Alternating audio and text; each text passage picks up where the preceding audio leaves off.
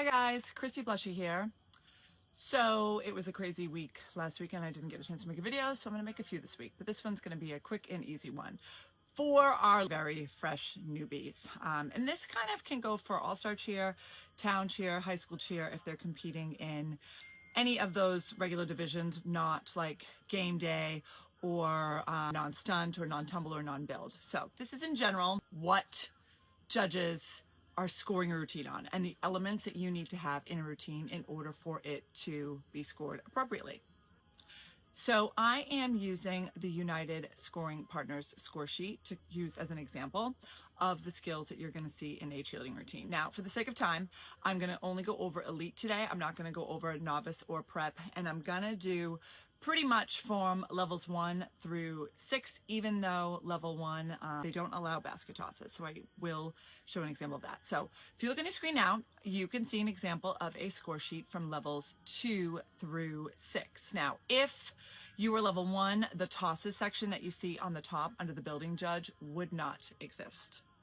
So on a cheer score sheet, there are 3 major categories. 1 being the building judge, 2 being the tumbling and jumps judge, and then the final one is the overall judge. All right, so what you're going to see in general of a cheerleading routine is going to be the stunts, which quite often in a lot of routines you're going to see a max stunt, and that will be the stunt that you'll see where they can put the most stunts up in the air. All right, when they do the max stunt, they have to do an elite level appropriate stunt at the same time or rippled without reusing athletes. Some teams will do both the max stunt and the elite stunt all at the same time. I have a team that does do that, but some teams break it out. And you can usually tell the difference because if there's more stunts in the air, that's probably going to be the max stunt. All right, the next will be the elites, the stunt that you're going to do not just one elite skill, you're going to do more. There are requirements for the amount of elite skills that you're going to see, but those are the partner stunts that you'll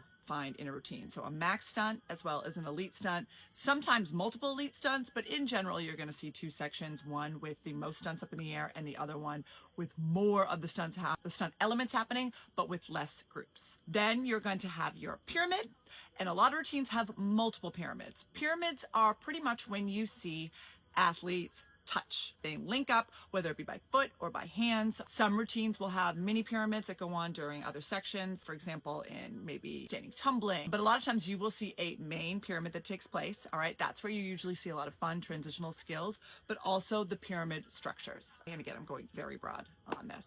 And then the final one is going to be your tosses. Those are the good old basket tosses, and there are different basket tosses that are allowed for each level. And like I said before, in level 1, no basket tosses are allowed at all. So that's not a category that's even scored. All right. Then when you get into the tumbling judge, all right, you're going to see 3 different categories in this. You're going to see standing tumbling, running tumbling, and jumps. And again, there are certain skills that are required by a certain amount of kids where they're required to do in a routine. Now, standing tumbling is in general where you start from a standing position and you don't enter the pass from a round off or a punch front if you're getting more elite, like a punch front round off, or sometimes they'll do punch round offs. But for the most part, it's from a standing position. Lots of times you'll see the walkover, the back handspring. You'll see even step swings into it for standing passes, but they do not initiate from a run going forward. All right. And then running tumbling, opposite of that. That is where you are going to initiate, usually with a round off or a skill where they can run into the pass and start the pass moving forward. All right. You must have both of those skills in the routine, and each level requires different standing and running skills. And then finally, you have jumps, cheer jumps. Now, all teams will have to perform 3 jumps, and 2 must be connected. So a lot of teams you might see that do 2 connected and then 1 single, or you'll see some teams that just do 3 straight connected. But no matter what, teams have got to do jumps in their routine in order to get a score for that. All right.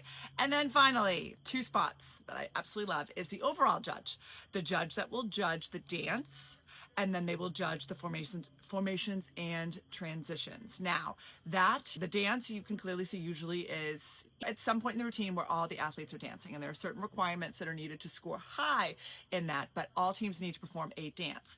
Now, the overall judge also looks at all the formations and transitions, how quickly the athletes move from one section to the next. Really good routine. You would look back and be like, did I even see any transitions? If the routine is put together really well, there really aren't very clear, easy transitions, but kind of all molds and melds into that routine. All right, that's when you had really great transitions. The other thing is formations. Are all the formations even? Is the spacing is correct? When you see the stunts, do they look like where they're supposed to be looking? Does something look off? There is a judge that judges that specifically. And then finally, all three judges, the building judge, the tumbling judge, and the overall judge, then all get to separately judge routine creativity, how creative the skills are, and showmanship. Now, showmanship is how the athletes perform. Are they enjoying themselves? Are they performing appropriately? Do they look like they're engaged and loving what they're doing? All right. And with routine creativity, you got to remember, it's not just like, obviously the dance judge might be like, yes, the dance was super creative. But the building judge might be like, the dance was creative, but in the category I was judging, I didn't see a lot of creativity. Same thing with tumbling. The tumbling's kind of boring and there are not interesting patterns, or they're not creative things that are happening during tumbling. You might find that judge scores them overall just a little bit lower. So all three of those categories get to judge the routine creativity and the sportsmanship. So that is generally what you're going to see in a routine. There's so much more details and more specific things for a newbie, or even the cheer dads that asked me this question. This is a good idea of what you're going to be looking for when you see a cheerleading routine. And you're going to see all these elements in any routine that is a good, solid, well choreographed, well leveled, appropriate routine.